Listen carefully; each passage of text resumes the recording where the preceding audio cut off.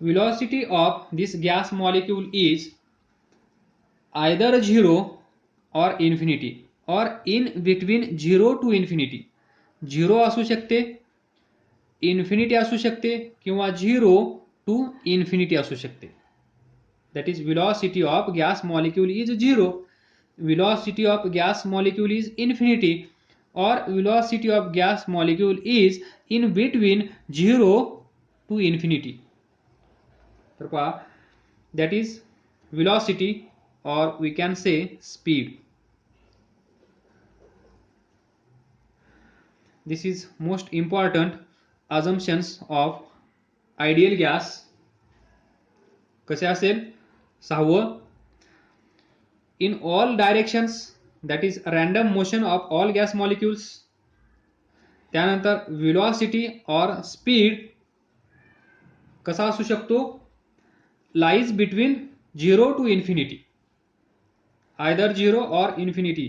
म्हणजे त्या गॅस मॉलिक्यूलचा स्पीड नसेलही, और त्या गॅस मॉलिक्यूलचा एवढा स्पीड असेल की तो जज करणं पण अवघड जाईल, दॅट इज इन्फिनिटी. किंवा या दोघांच्या मधली कुठलीही व्हॅल्यू म्हणजेच त्या गॅस मॉलिक्यूलचा स्पीड. नेक्स्ट अजम्पशन 7, हे जे गॅस मॉलिक्यूल्स आहेत, हा गॅस मॉलिक्यूल, हा गॅस मॉलिक्यूल आणि हे व्हेसल. हा गॅस मॉलिक्यूल या गॅस मॉलिक्यूल सोबत सतत भांडत असतो. काय करत असतो? भांडतो, म्हणजेच कोलिजन, कोलाइड. म्हणजे gas molecule A, gas molecule B, gas molecules in this container, in this vessel, always keep on colliding among themselves, as well as with the walls of containing vessels. म्हणजे collision between A and B number 1, त्यानंतर vessel C. या वेसलचं नाव आज आपल्यासाठी आहे C. तर collision between A and wall of C, or collision between B and wall of C. Number 2, number 3. आलं का लक्षात? म्हणजेच अजम्पशन नंबर 7 म्हणल्यानंतर एकच वर्ड लक्षात ठेवायचा आहे, collision. हे जे गॅस मॉलिक्यूल्स आहेत ते कोलाइड होत आहेत. हा गॅस मॉलिक्यूल असेल, यांच्यामध्ये कोलिजन होत असेल, यांच्यामध्ये कोलिजन होत असेल, यांच्यामध्ये कोलिजन होत असेल, त्याच वेळेस हे जे गॅस मॉलिक्यूल्स आहेत, या गॅस मॉलिक्यूलचं कोलिजन या वॉल सोबत पण होत आहे. That is collision between gas molecules and wall of vessel or wall of this container. And most important thing here, please note this point, these collisions are perfectly elastic. Perfectly elastic. आपण हे सुरुवातीला explain केलं आहे. That is assumption number 3, perfectly elastic. म्हणजे काय? There is no change in kinetic energy. Kinetic energy of gas molecule A and gas molecule B is always constant. Kinetic energy या दोघांची सम जर केली तर काय असेल? ती कॉन्स्टंट, ती कुठल्याही फॉर्म मध्ये कन्वर्ट होणार नाही. That is perfectly elastic. In short, there is no conversion of kinetic energy into another form of energy such as heat, noise and potential energy. Very similar to assumption number 3. Next, assumption number 8. तर पहा, हा जो gas molecule आहे, हा जो gas molecule आहे, या दोन गॅस मॉलिक्यूलमध्ये म्हणजेच जेव्हा या दोघांचं कोलिजन होईल त्यावेळेस काहीतरी वेळ लागला असेल, that is T1.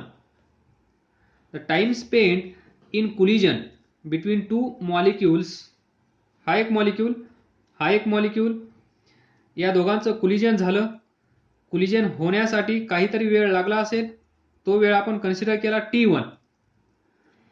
Then collision between two molecules, that is successive collisions. तर हे कोलिजन झाल्यानंतर परत नेक्स्ट कोलिजन होणार आहे. या दोघांमध्ये कोलिजन झालं, त्यानंतर या दोघांचा अजून काहीतरी स्पीड असेल, परत हे दोघं धावायला लागतील, परत अजून कोलिजन होईल, that is successive collision. Successive collision म्हणजे याला पण काहीतरी वेळ लागेल, तो वेळ समजा T2. तर पहा इथे हा T1 जो आहे तो T1 इज निग्लिजिबल.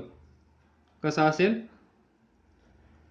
निग्लिजिबल. पहा time spent in collision between two molecules of gas is negligible in comparison to time between two successive collisions.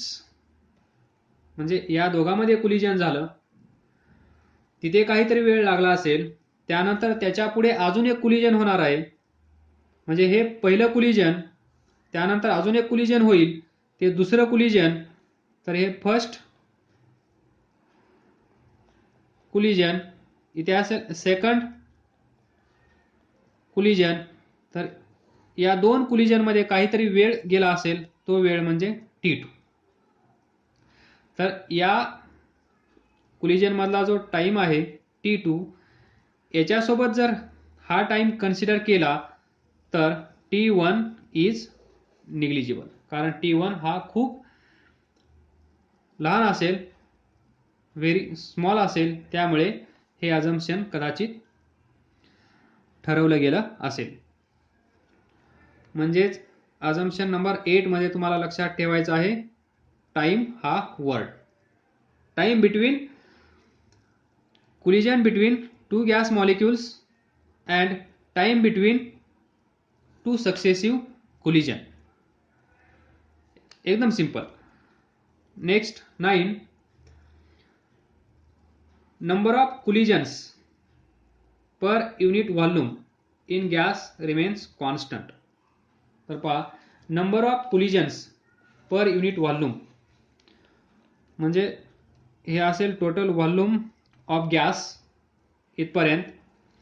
तर युनिट व्हॉल्यूम हे असेल युनिट व्हॉल्यूम, त्यानंतर हे असेल युनिट व्हॉल्यूम, त्यानंतर हे असेल युनिट व्हॉल्यूम, त्यानंतर हे असेल युनिट व्हॉल्यूम, त्यानंतर हे असेल युनिट व्हॉल्यूम. याच्यामध्ये भरपूर सारे असतील, थोडेसे कन्सिडर करत आहे. हे असेल युनिट व्हॉल्यूम.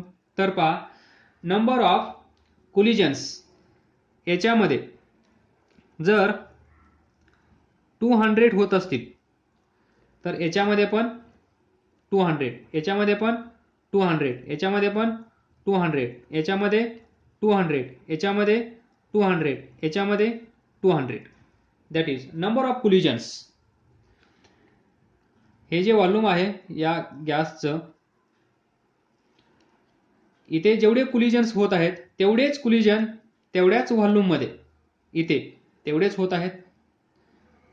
हा पण युनिट व्हॉल्यूम आहे, त्याच्यामध्ये पण 200, हा पण युनिट व्हॉल्यूम आहे 200, हा पण युनिट व्हॉल्यूम आहे 200, हा पण युनिट व्हॉल्यूम आहे 200. That is number of collisions, number of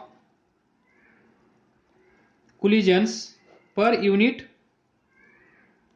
volume is constant. Number of collisions per unit volume is constant. Next assumption number 10, पहा हा एक गॅस मॉलिक्यूल, हा एक गॅस मॉलिक्यूल. तर पहा हे जे दोन गॅस मॉलिक्यूल आहेत आपल्याला माहित आहे, ही एक बॉडी, ही एक बॉडी. जर या बॉडीचं काहीतरी मास असेल m1, या बॉडीचं काहीतरी मास असेल m2, तर या दोघांमध्ये काय असतं? Attraction, that is force of attraction. या दोघांमध्ये नेहमी काय होतं? अट्रॅक्शन किंवा रिपल्शन. रिपल्शन आणि अट्रॅक्शन चार्जेसमध्ये, या बॉडी असतील तर अट्रॅक्शन. तर म्हणजे इथे अट्रॅक्शन पॉसिबल आहे, रिपल्शन पण काही ठिकाणी पॉसिबल आहे. तर हा जो गॅस मॉलिक्यूल आहे आणि हा जो गॅस मॉलिक्यूल आहे यांच्यामध्ये पहा, आपण कन्सिडर केला आहे लहानात लहान, कसा? लहानात लहान particle of gas, that is molecule. Smallest particle of gas is called as molecule. त्याप्रमाणे जर आपण विचार केला तर इथे अट्रॅक्टिव्ह